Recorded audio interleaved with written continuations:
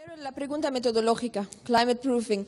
Climate proofing for development realmente es una metodología que ya se está utilizando bastante en la GIZ, pero no es específicamente para cadenas de valor. Entonces se utiliza para también hacer el análisis de vulnerabilidad de un territorio, de una política, de un proyecto, y tiene pasos bastante generales que son bastante flexibles también para adaptarse a diferentes contextos.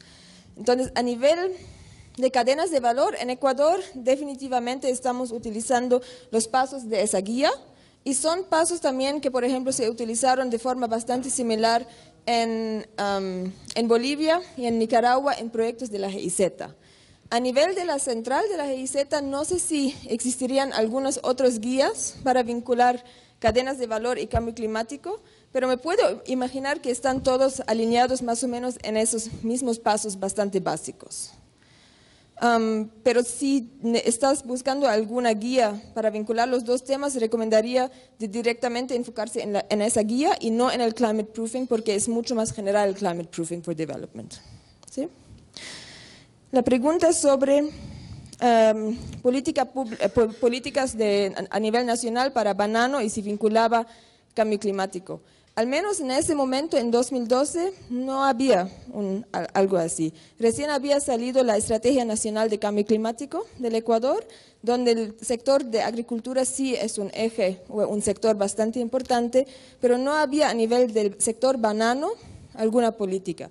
Habían un manual de buenas prácticas en banano que se estaba desarrollando a través de Agrocalidad. Agrocalidad es una institución también vinculada al Ministerio de Agricultura que intenta de controlar más las normas para la producción y el tema de higiene, seguridad, etcétera. Entonces, hubo bastante intercambio también con Agrocalidad para ver cómo se puede incluir el tema de cambio climático en ese manual de buenas prácticas, pero al final resultó más fácil no incluirlo en el manual que estaban elaborando Agrocalidad, sino hacer una sistematización aparte con las buenas prácticas con cambio climático para el caso de banano. Y finalmente la parte de la implementación. Ahí, bueno, tomaría bastante tiempo de explicar toda la implementación con quienes hicimos. En general, la implementación se hizo con los mismos actores con los cuales hicimos el análisis de toda la cadena. En el tema de capacitaciones, trabajamos mucho con asociaciones de productores de banano. Entonces, ahí capacitamos a los diferentes productores, pero también a diferentes técnicos, tanto del Ministerio de Agricultura como del mismo gobierno provincial que trabajan en el tema de fomento productivo. En el tema de la red hidrometeorológica, trabajamos bastante con DOLE, porque ellos también tienen estaciones meteorológicas en la provincia. Trabajamos con el INAMI, que es el Instituto Nacional de Meteorología y Hidrología. Trabajamos bastante con el Ministerio de Agricultura, que tenía también mucho interés en ese tema. Y de ahí hicimos un intercambio de experiencia con la provincia de Tungurahua, que ya tiene una red hidrometeorológica desarrollada. Entonces, visitaron a esa provincia, conocieron la red para saber un poco cómo se puede replicar la idea también en la provincia del Oro. Y eso, por ejemplo, lastimosamente también con el cambio de autoridades ya no se dio seguimiento para la elaboración de esa red. En el tema de las medidas de adaptación, se trabajó con el productor, con el finquero, donde estábamos haciendo justamente la implementación del piloto. Se trabajó bastante con el gobierno provincial y con algunos proveedores, por ejemplo, para la instalación del sistema de riego, para también la asociación de productores a la cual pertenecía ese productor.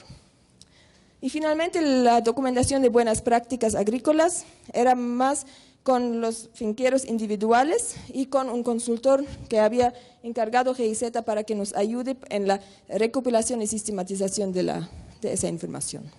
¿Qué piensan los bananeros? Realmente los bananeros que al menos asistaban a nuestros talleres, sí, bueno, entendían que necesitamos proteger las cuencas altas para poder tener agua a largo plazo. Pero el momento de empezar a hablar con ellos sobre qué mecanismos realmente se pueden utilizar, ustedes estarían dispuestos a pagar alguna tarifa para proteger la cuenca del río Jubones o algo así, ahí ya chocamos con un límite. Que dijeron que no, nosotros como bananeros no, pero sí a nivel de provincia se debería pensar en algo, etcétera. Entonces, eso justamente es un tema donde no es suficiente solamente tener 1 o 2 talleres, sino debe ser un proceso largo con apoyo político para ver cómo se puede introducir algo así.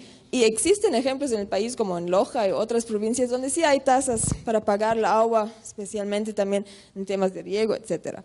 En tema de fumigación, ahí también se dieron cuenta que, bueno, deben haberse dado cuenta antes, pero sí hablaron bastante del tema de las emisiones y el daño que causa la fumigación. Siempre había confusión sobre qué es el causa del cambio climático, cuáles son impactos del cambio climático, adaptación, mitigación, etcétera. Como en ese momento no teníamos la oportunidad de enfocarnos también en mitigación, estábamos más en la parte de adaptación, realmente no nos concentramos mucho en la parte de la fumigación, pero sí en la parte de las medidas de adaptación intentamos de al menos empujar ideas y posibilidades de cómo hacer un manejo de plagas y enfermedades, con un manejo un poco más integral, con menos químicos, con algunas otras opciones innovadoras que estaban saliendo de investigaciones de la Universidad de Machala en ese momento. Okay. La parte de pérdidas económicas y costeo de adaptación, no hicimos análisis concretos de pérdidas económicas. Dentro de la recopilación de información hicimos un análisis de qué artículos habían salido en el periódico que hablaban de impactos del cambio climático o de inundaciones o sequías o lo que sea en toda la cadena de banano, entonces, donde habían algunos números mencionados en esos artículos, claro, también se presentaron, pero no había análisis hecho específicamente para eso. El tema de costeo de adaptación tampoco se hizo de forma cuantitativa, lo que se hizo fue la comparación del costeo de las diferentes opciones de adaptación a través de esa matriz de priorización. Entonces, se comparó cuánto costaría la implementación y mantenimiento de medida A versus B versus C. ¿Sí? Entonces, eso fue uno de los criterios, pero no se hizo de forma cuantitativa. Nos concentramos en los pequeños productores, que creo que en el oro, en banano, de repente los de Jubones me pueden ayudar si tienen más información. Eran... Sí, pero ¿de cuántos son? Sí, habían algunos de 2 hectáreas, 3 hectáreas, pero realmente que digo no eran más de 10 o 20 hectáreas, pero es una pregunta que realmente no me siento cómoda para responder. Una vez que llegue mi colega Juan, de repente él puede dar una respuesta más exacta.